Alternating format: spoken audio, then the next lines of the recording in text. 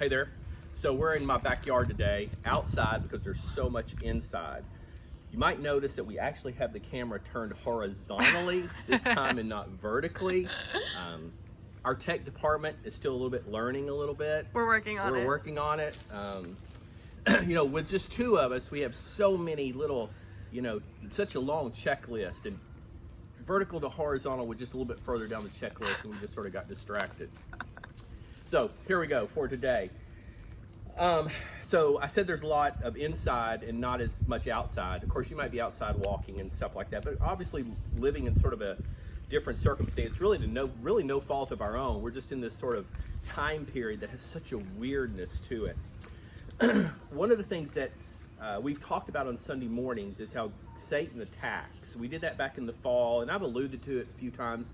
Remember, there's the sign in the AFC Center that says, "Starve the lion," because Satan's always prowling around, looking to devour someone, devour you and me. He's always looking for a crack to wedge himself into, and we've talked before, but it might be more prominent now or appropriate now, because one of the ways he attacks is in our aloneness or in isolation. And we are actually being called to self-isolate. So we're giving Satan, if we're not careful, a perfect opening or crack for him to slip himself into and wedge him in. And so I want to talk about that just briefly. So with this isolation and this aloneness and the time that we're just sort of, we're pulled back from our normal connections, we have this sort of unoccupied space, which used to be filled with us actually going to class in a building, going to maybe shopping to maybe our favorite stores, check in with friends, played code names at night with our buddies, go to Devo, class, sit around a long table at a restaurant. But that space is now open. We don't have those activities and patterns to fill that space with anymore. And so because that's so much open space now, unoccupied, and we might try to fill it with studying, and we might be working from home, but honestly, you're just trying to struggle to figure out what day it is, what time of day it is. We look at our clock and go, man, I thought it'd be like 3, but it's like 11. It's just going by so slow. So we have to be super cautious about Satan, because when you're isolated and when you're alone and you don't have all of that support, he's just licking his chops at that. So I think what he does is he casts a little bait out there and he wants us to take it. He teases us. He makes us think that little bit of bait looks good. It'll give us joy. It'll give us a distraction, perhaps. And we grab the bait and take it, and then we run with it, and we follow it to its end. And either we end up with thoughts or actions that later almost we're sitting there with our, shaking our head. How did we get here? How did we end up where we're at? Another thing Satan does is he doesn't care so much necessarily about you acting out in a sinful way. Remember, we've talked so much about how sin starts with those individual thoughts. So that bait that he's throwing is maybe just a thought that when we start using our imagination, or we start exploding those thoughts into bigger pictures. And that's, of course, one way that he works. Another way is just to make you feel alone. So then that darkness comes, and in the quiet and the silence, that's where fears can erupt. That's where doubts can slip in, and that's part of his pattern too. Remember, he's pretty wily in his ways, and so he's looking to grab you. Remember a couple things we talked about a few Wednesdays ago before all of this happened, is I said that you need to be savvy enough to predict how Satan's going to attack you. So I'd use the example of me getting on Highway 6, driving down to where Highway 6 separates Business 6 on Texas, Highway 6 toward the church. And I know that at that point it's going to be a decision. I'm at a decision point. I'm at a place where I need to go right, or I'm going to go left, depending on where I want to go. And so we need to be able to predict and look ahead and go, that's the point where I know Satan, or that's the way I know Satan is going to approach. That's the bait that he's going to throw. So be wise in trying to determine and think through, what are the troublesome spots for me? What are the areas that in the past have proven successful for Satan to distract me or detract me from my faith journey? And be able to look in advance and prepare in advance. And it might take more prep now, simply from the standpoint of there's so much of this open, unoccupied space where we filled it with our daily routines. So be super cautious. He's going to cast bait, and you're going to see it. And you need to be able to tell yourselves, that's a tease, that's a temptation, that's Satan throwing something out there for me to look at, hoping that I will follow it. And then when you follow it, his ultimate goal is you're distancing from God. And so we take it, we run with it, we find ourselves shaking our head going, what in the world was I thinking or doing? And then we fail to approach God because we feel like God is like looking at us in such a so disgusting way. So I want to talk about that for a second. I hope you have your Bible, because I want you to circle 3 verses. Get out your pen or your pencil if you're worried about not really ever wanting it circled and you want to erase it because you know, whatever. Or get these colored pencils and draw the big starburst around your verses. You know how you do sometimes. So I'm going to go to 3. They're all in the Old Testament. And they're about the quality of forgiveness about God. And because we sometimes take the bait, all of us do, sadly, but honestly, what do we do and how do we get through that sense of shame and sense of guilt, and how do we get back to approaching God, and what is God actually thinking, if we can put it in that sort of wording, about us after we've taken the bait of sin that Satan has tossed out there, just, you know, jiggling it around, making it look really attractive. So the first verse is in Micah. We know Micah a lot more, maybe a little more familiar with Micah because a couple verses about justice and mercy about God.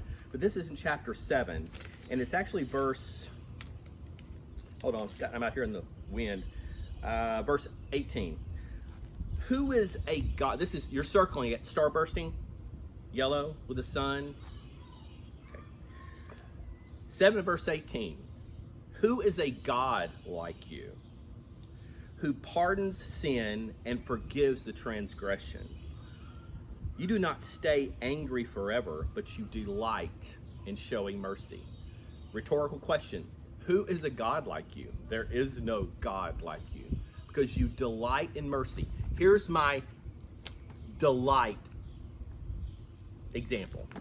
So when Erin was young, she was dressed in that little uniform for school, kindergarten, and I would take her to school. The more anticipating her being picked up from school, because we were all at the same campus, and I had the availability just to be there when she was getting out from kindergarten or first grade.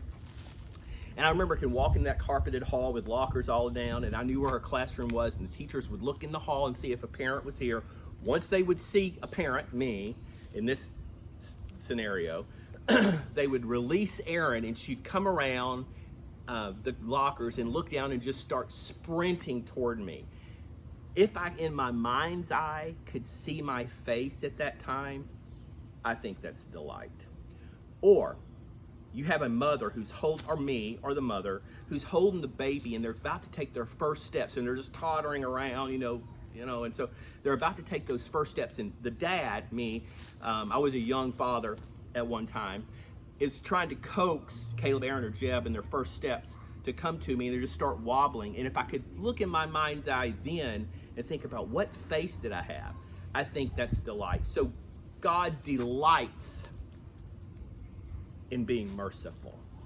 He doesn't do it grudgingly. Second verse that you're going to perhaps starburst up is in Isaiah 55, verse 7.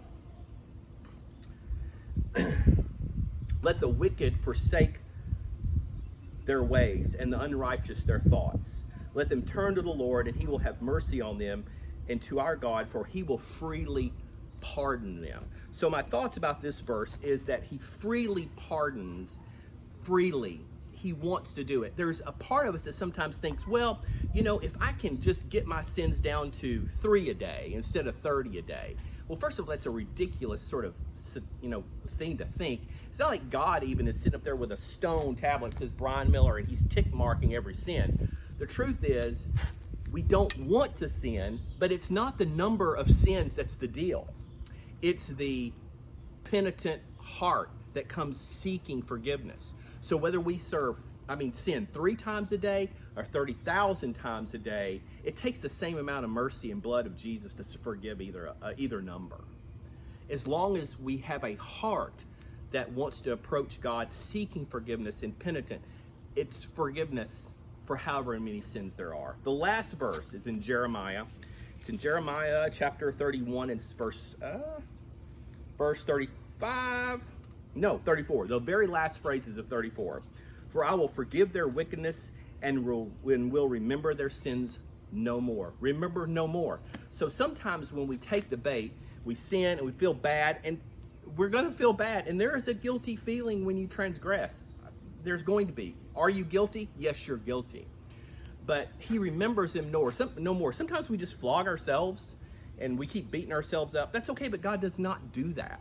I remember when Jeb was younger, and sometimes he would, we'd be talking to him, and he would say, and maybe the others did it too, they would say, they would maybe sort of be tentative about coming to see Leslie or I, because they would say to me, you had that mean face. And I probably did.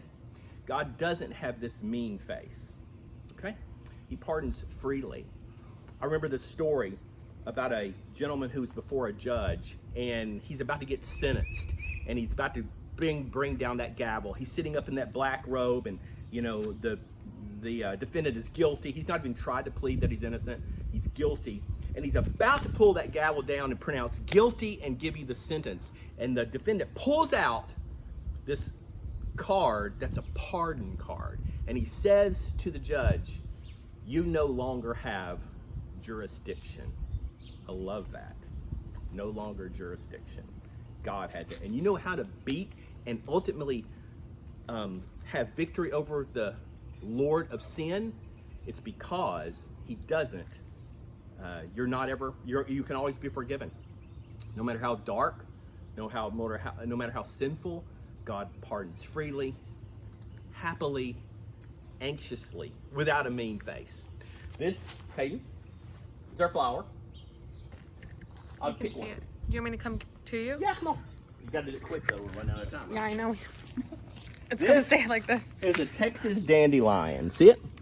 It's not a normal true dandelion because the Texas dandelion has those brown things at the stamens there.